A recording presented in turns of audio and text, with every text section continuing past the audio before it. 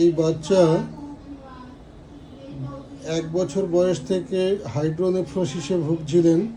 উনি বিভিন্ন জায়গায় চিকিৎসা করিয়েছেন, উনি হোমিওপ্যাথি চিকিৎসা করিয়েছেন, উনি অ্যালোপ্যাথি বড় বড় হসপিটালে চিকিৎসা করিয়েছেন, কিন্তু তেমন কোনো উন্নতি হয়নি। বাচ্চার মেন প্রবলেম ছিল ও ইউরিন করার আগে কান্নাকাটি করতো, আর ঘুমের মধ্যে কান্নাকাটি করতো ইউরিন করার সময়ে। এই দুটো প্রবলেম মেন ছিল। এখন গত 1-1.5 বছর ধরে উনি ওই বাচ্চা সম্পূর্ণ সুস্থ, আর কোনো প্রবলেম নেই, ওকে আর কোনো চিকিৎসা নিতে হয় না ওই হাইড্রোনেফ্রোসিসের কারণে। ওর বাবা এই বাচ্চার বাবা হচ্ছে ইনি।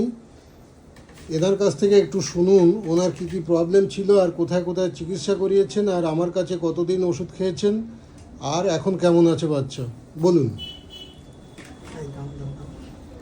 কলকাতা হসপিটালে ওখানেও অনেকদিন চিকিৎসা করা হয়েছে। ওখানে বললো কি যে অপারেশন করতে হবে।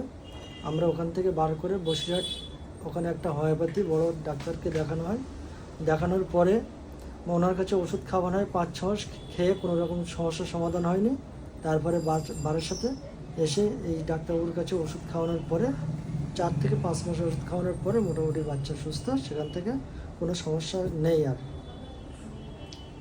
এখন তো আর কোনো প্রবলেম নেই, আর কোনো সমস্যা নেই, ওষুধও খেতে হয় না। ওষুধ ওই বিষয় নিয়ে আর কোনো খাওয়াতে হয় না। ঠিক আছে।